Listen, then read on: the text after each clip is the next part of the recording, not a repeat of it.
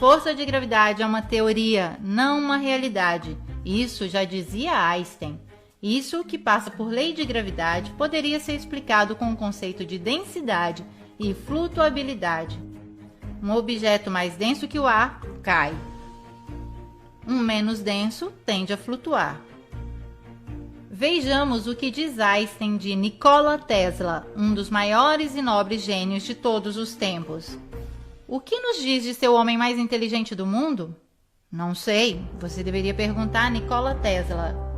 Vejamos agora o que diz Tesla sobre a força da gravidade.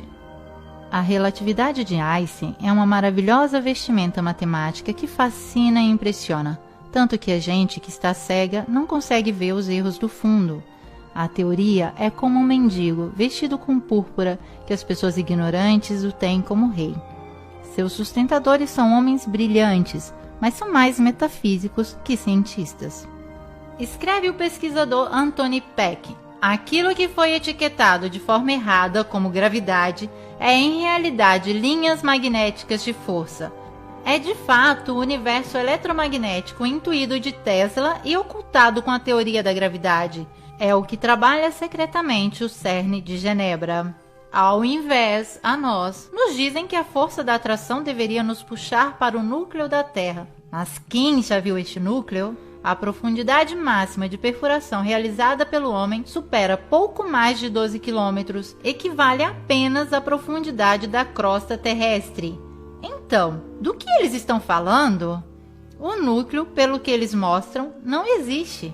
De certo, em um paradigma subvertido, quando deverá desaparecer a lei da gravidade, os cientistas terão de se adaptar a outras leis. Quem sabe aquela da densidade ou a do eletromagnetismo? E daí, as crianças poderão finalmente ver aqueles homenzinhos cair do Polo Sul. Porque a força da gravidade é somente um instrumento teórico para justificar um impossível arredondamento da superfície terrestre e esconder a verdadeira fisionomia do universo. Querida criança, se te disseram que a Terra é redonda, ok. Mas onde se pode ver? Ninguém sabe. Não olhando o horizonte.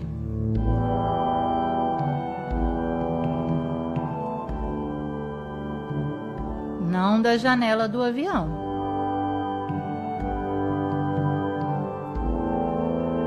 Nem de uma sonda amadora lançada em grande altitude. Como se vê, em todos esses casos a Terra é evidentemente plana. Sim, certo. É possível ver nas imagens modificadas que nos mostram a NASA, mas essas já foram analisadas antes. São tratadas em CGI ou filmadas com lentes deformadoras de olhos de peixe. Aqui está o globo da NASA, que gira com nuvens imóveis. Este é um time-lapse das luzes terrestres com vários efeitos de luzes. Tempestades, aurora boreal, ridículo. Agora, uma Terra filmada com lentes olhos de peixe deformantes GoPro, que permanecem deformadas até a aterrissagem na Terra. Tudo artefato. Onde podemos ver essa curvatura? Não da estação espacial que não existe. Já vimos que é um set de filmagem. Se pode observar um avião que voa, poderia ser um drone, mas as imagens daí são pura ficção. All of that happened in a little town called York, Maine, across the United States from where we're talking to you right now. And all of that happened in a little town called York, Maine, across the United States from where we're talking to you right now. É um truque. Estamos dispostos a acreditar somente se durante uma transmissão ao vivo um astronauta pegasse a câmera e nos fizesse ver a partir da escotilha da nave. Repito, pegar a câmera que está filmando ao vivo, não com aqueles enquadramentos tratados em pós-produção, senão permanecemos sempre no campo da computação gráfica. Devemos ver o globo dos satélites? Quais satélites? Aqueles descritos por uma caneta do escritor de fantasias Arthur Clarke, que o inventou em 1945. Sim, porque o satélite é um produto editorial e foi realizado somente 20 anos depois da NASA. Mas até hoje não temos imagens credíveis da construção de um só satélite, muito menos da estação espacial. Com todos os dados em mão, hoje deveriam existir em órbita cerca de 20 mil satélites, mas ninguém nunca registrou a presença de nenhum, ou mesmo uma possível colisão, ou queda, ou passagem enquanto se observa a Lua. Nunca visto, nem da Terra nem do espaço, excluindo as imagens elaboradas com computação gráfica. Buongiorno, questa è l'ultima foto del nostro cosiddetto satellite sull'Italia. Devemos acreditar que objetos similares podem resistir a uma temperatura da termosfera ou da exosfera até 2000 graus, mas o alumínio se funde a 660. Inaceitável! É mais provável que os satélites sejam resultados da fantasia de um escritor e a mentira de um poder sem escrúpulos que tem lidado com as ilusões há décadas. Em um modelo de paradigma subvertido, talvez possamos ver cair essa selva invisível de satélites. Também porque hoje todas as telecomunicações são realizadas por milhões de quilômetros de cabos de fibra ótica e de antenas de rádio em todos os lugares do nosso território. Verificar a existência de um satélite nos dias de hoje seria muito fácil. Bastaria que girassem o telescópio Hubble, por exemplo, da parte da Terra e nos mostrasse ao vivo o centro de uma cidade americana. Não irão fazer jamais, não podem, porque teriam de colocá-lo em órbita, mas deveriam primeiro criar uma órbita em torno ao globo. Esta, de fato, está em discussão no modelo da Terra plana. Aqui, a Terra não é uma bola que nos contaram. Vejamos então o que é. Melhor, o que poderia ser, uma vez que estamos falando de modelo. Não queremos certamente abandonar o globo terrestre para abraçar a bola de cristal do vidente, mas nos obrigam a franquear a prudência dos detalhes, a coragem da visão. Também porque se cai a ideia do globo, cai também a lei da gravidade do maçom Newton e a evolução do maçom Darwin, que faz com que o homem se sinta um nada em deriva no espaço infinito. O próprio Darwin, indicado no Protocolo dos Sábios de Sião como uma chave importante para enfraquecer os não-hebreus, programando seus cérebros à falsidade de que tudo é uma coincidência e que somos grãos de poeira sem importância. Agora voltemos para a Terra. Cada objeto que some no horizonte termina embaixo da curvatura terrestre. Isso é o que a ciência ortodoxa diz da boca do pai a uma criança que vê o mar pela primeira vez. Mas não é verdade. Com um zoom óptico, a figura que tinha sumido no horizonte reaparece à nossa vista. Isso simplesmente porque o desaparecimento não é efeito da curvatura, mas do fato que o nosso olho é limitado ao ponto de fuga de nossa perspectiva, sobre o qual um objeto vem progressivamente cancelado do nosso horizonte visível. Se a curvatura da Terra fosse, como dizem, de 8 polegadas por 1 milhão multiplicado pelo quadrado da distância, poderíamos calcular com essa tabela o tamanho da curvatura para cada distância percorrida. Por exemplo, uma distância de 190 km deveria ter uma curvatura de 2.800 metros.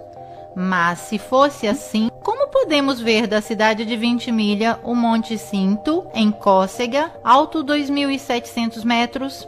O ponto de observação é ao nível do mar e a distância entre essa praça de 20 milhas e a ponta do Monte Cinto é exatamente 190 quilômetros. Se a Terra fosse curva, nós poderíamos ver somente terras mais altas que 2.800 metros. Ao invés, é possível ver toda a silhueta de Córcegas, de cima em baixo, inexplicável para o modelo esférico.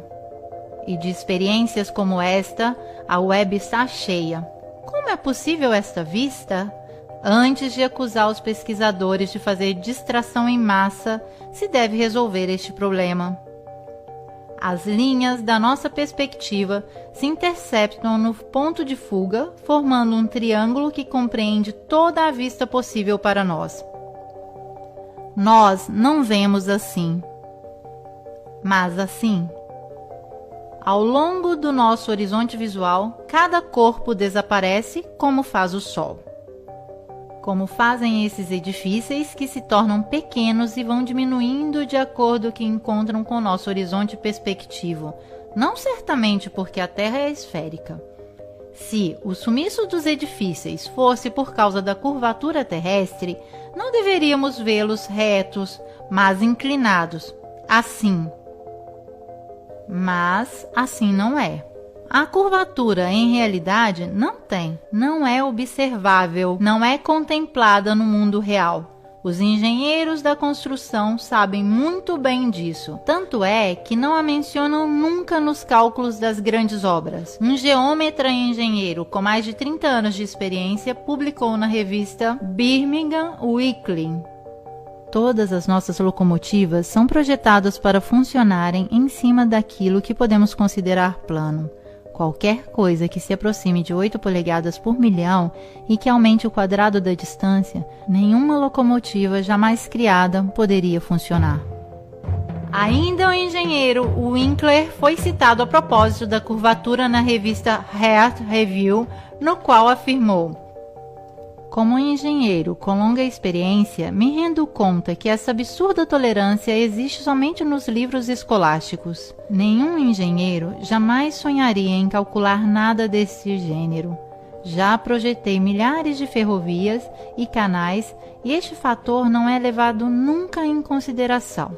Um pequeno canal navegável, digamos de 30 milhas, deveria, segundo a curvatura, ter uma tolerância de 600 pés. Por favor, não digam por aí que nós engenheiros somos assim tão estúpidos. Nada de similar vem calculado. Não nos preocupamos de calcular 600 pés de tolerância, tanto quanto pensamos de arredondar um quadrado.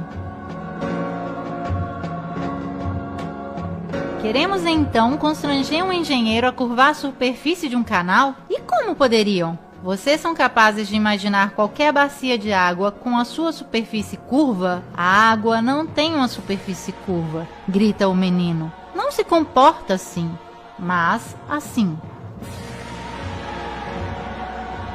Então, em correspondência com os oceanos, deverá existir imensas varreduras de água no mesmo nível. Ao menos ali a Terra deve ser plana. Mesmo assim, nos propõe o modelo contrário, o oceano curvo. Simplesmente improvável. A física natural da água é aquela de juntar e manter o próprio nível. Tanto é que a água, através da bolha, vem usada para nivelar construções. Mesmo porque a água, diferente da ciência, não pode mentir. Nos dizem que a curvatura dos mares são devido à gravidade. E toda essa força de gravidade que mantém os oceanos tempestuosos grudados não pode impedir uma pequena borboleta de fazer seu suave voo? Pura